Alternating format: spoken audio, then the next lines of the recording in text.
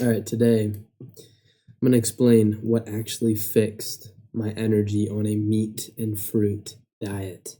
Because if you're eating this way, you're eating clean, but you still don't feel as good as you want to feel, it's probably because you're making some of the mistakes that we're going to talk about. And I'm going to give you all the fixes because I was, for months, eating this diet, this meat and fruit diet that supposedly was going to give me way more energy, better mental health, higher testosterone. And I just didn't feel that good. And what is key is that it wasn't high protein. It wasn't increasing my meat or, eggs or anything like that. It was actually the opposite. I needed less protein on this meat and fruit diet, which sounds counterintuitive, right? Because, everyone tells you to eat more protein. Everyone loves their protein nowadays, especially, animal based meat and fruit diets. It's really an emphasis on the meat instead of on the fruit, right? Meat and fruit, it's more, eating a bunch of steaks, eating a bunch of beef, a bunch of eggs. But that's not ideal. That's not ideal whatsoever. And for months I was doing that, but I didn't feel good. Like I just had kind of low energy, brain fog. It was because when you eat more protein, beyond around zero point 0.8 grams of protein per pound of body weight, which is actually all you should ever be eating. Like it's all you really need. 1 gram of protein is just propaganda, essentially. You don't need that much ever for muscle growth or anything. And so, zero point 0.8, if you go beyond this number, you get more glucagon and cortisol. These are stress hormones, essentially. Your body starts turning the excess protein into glucose. And what happens is, carnivores do that all the time because they don't eat any carbs, right? But if you eat excess protein, you do it too. What that does, though, is it raises stress hormones and it slows down your thyroid. It slows down the engine of your body, which is going to basically, give you less energy, make you feel worse, make you produce less testosterone. You just don't want that. You don't want that whatsoever. So never go above this zero point 0.8 times your body weight number.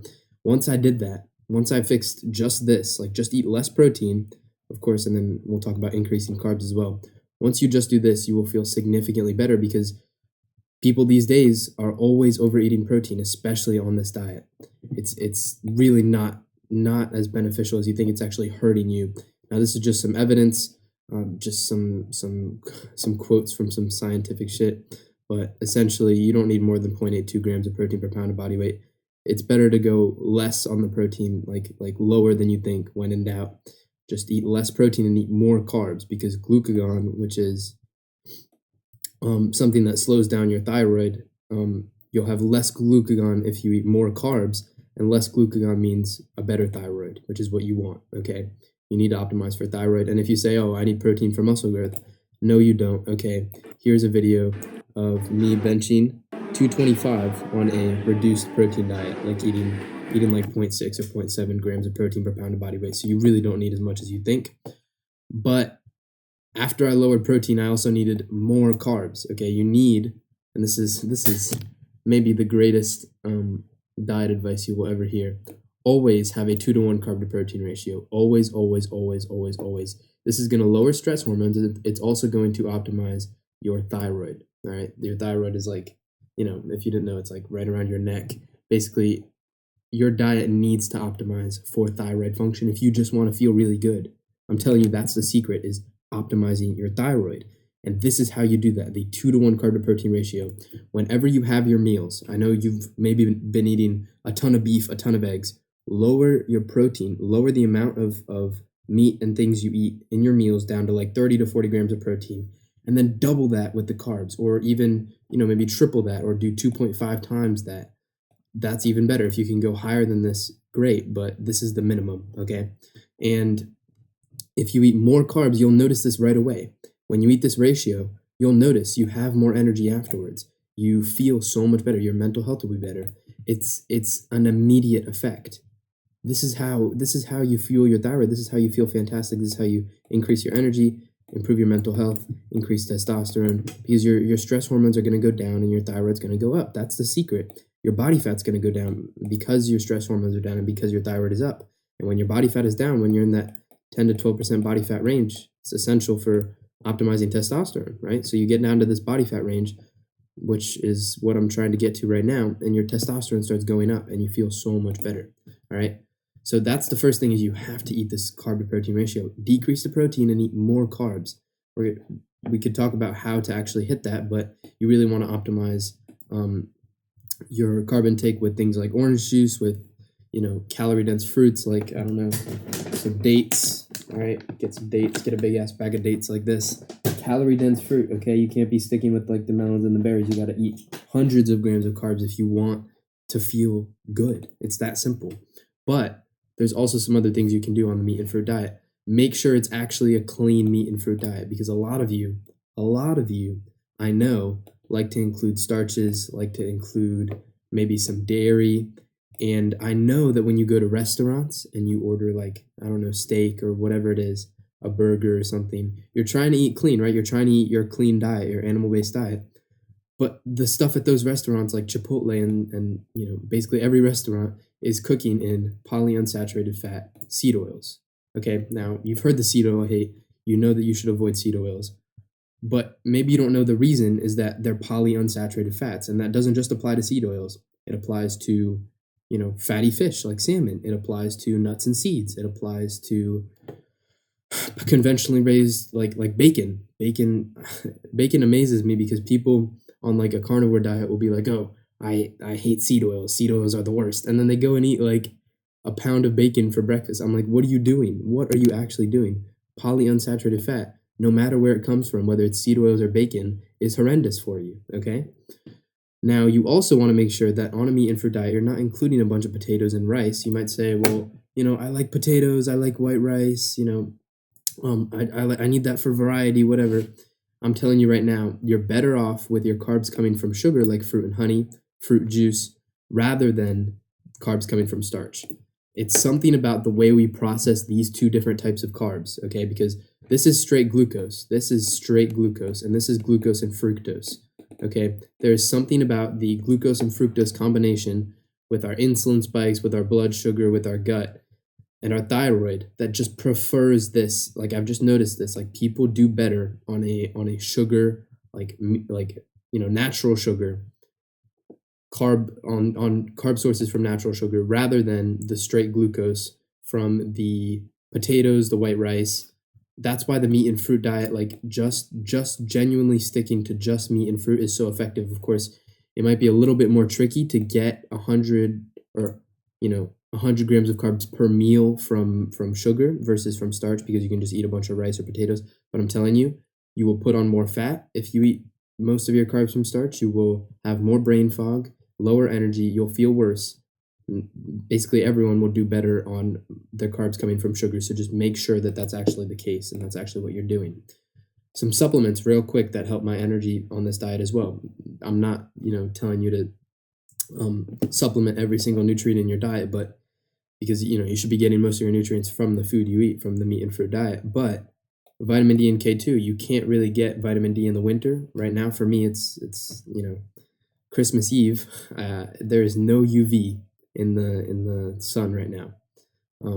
Unfortunately, I have to supplement vitamin D, and vitamin D is so essential for energy. So, I'd rather get it from the sun. It's obviously better to do that, and you still want to get sunlight, like even if it's winter, because you get all the benefits of infrared and the whole spectrum of light. But you have to get vitamin D. You have to. You will feel. I notice a complete difference when I'm off my vitamin D versus when I'm on it. It's so much more energy. I feel so much better. Beef liver. Interestingly, if you're not getting organs in your diet, this can make a difference, because liver has a ton of nutrients, but specifically nutrients that will balance all the beef that you're eating, and salt. A lot of you guys are not eating nearly enough salt on this diet. When you cut out the starches, when you cut out the processed foods, it's a lot harder to get the required sodium intake. And you don't realize this, but sodium is basically like a requirement for energy production, like in your cells, in your your body. It's not just like to stay hydrated. You need salt to feel good. Like, you need salt in the morning. Have pinches of salt. Get a good quality like mineral salt or Diamond Celtic sea salt, whatever it is, and just eat pinches of it with some water. You'll feel significantly better. It doesn't matter if you're getting just a little bit of salt on your meat and everything. You're not getting nearly enough. Okay, it does make a difference. You're not getting enough. All right. Now, to give you some examples of what I used to eat, because I used to eat a ton of protein on this diet, a ton of eggs, a ton of beef, adding in some protein from dairy, which was a mistake because, dairy can be problematic for a lot of people. 3/4 pounds of ground beef. I would eat like maybe 1 pound of ground beef sometimes in one meal, which is crazy. Just so much protein and not nearly enough, like just little smatterings, little sprinklings of carbs, which is not what you want. You want the opposite of this. And that's basically what I do now and I feel significantly better. This damn lawnmower, bro.